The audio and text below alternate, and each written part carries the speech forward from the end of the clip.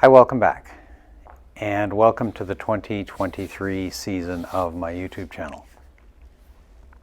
I wanted to kick off this first lesson by talking about something that I see a fair bit and I've been asked about in the past has been, hey, you know, I can get this big powerful shot in and it kind of goes around the corner, but it hits and it's got lots of power.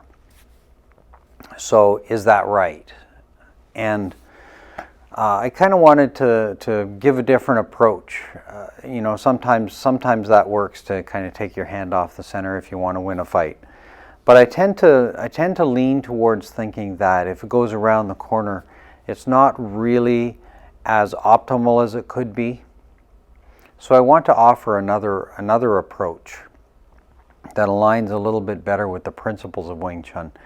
And that is to kind of keep your hands on center and sort of work your way up the line. So you put your punch on center, and then they block it or they move, and you put your punch on center again, follow them, and you put your punch on center, and you kind of work your way in. And this has a few advantages. One is, if you try to swing and get the hole in one and win with one punch, without any reservation for kind of like, oh, this could be blocked, then if they do block it, you end up kind of forcing your fist in and it won't have the power that it needs. And the second, a lot like when you play golf and you try to hit the ball as far as you can, or baseball, you try to hit the ball out of the park, that extra tension caused by such a big swing, what I'll call like an overswing, all of that extra tension causes inaccuracy. It causes little flaws to happen in the technique, and that's going to cause, in the case of golf, it's going to cause the ball to fling off into the woods or the water. It's going to cause a pop-up fly in baseball. Someone will catch it and put you out easily.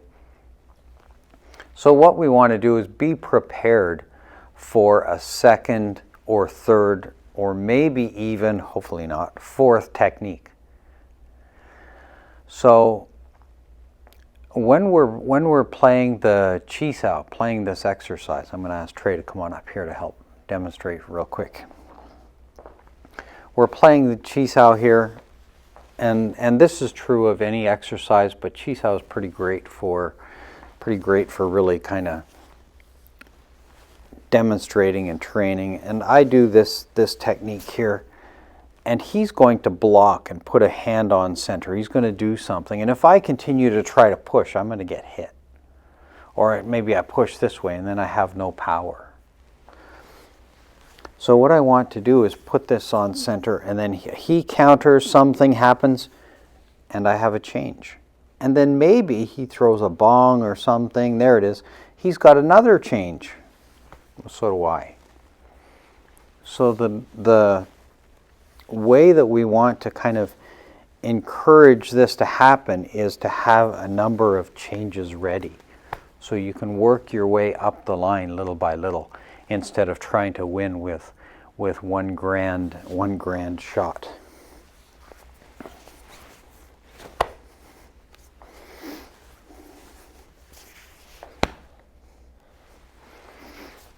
So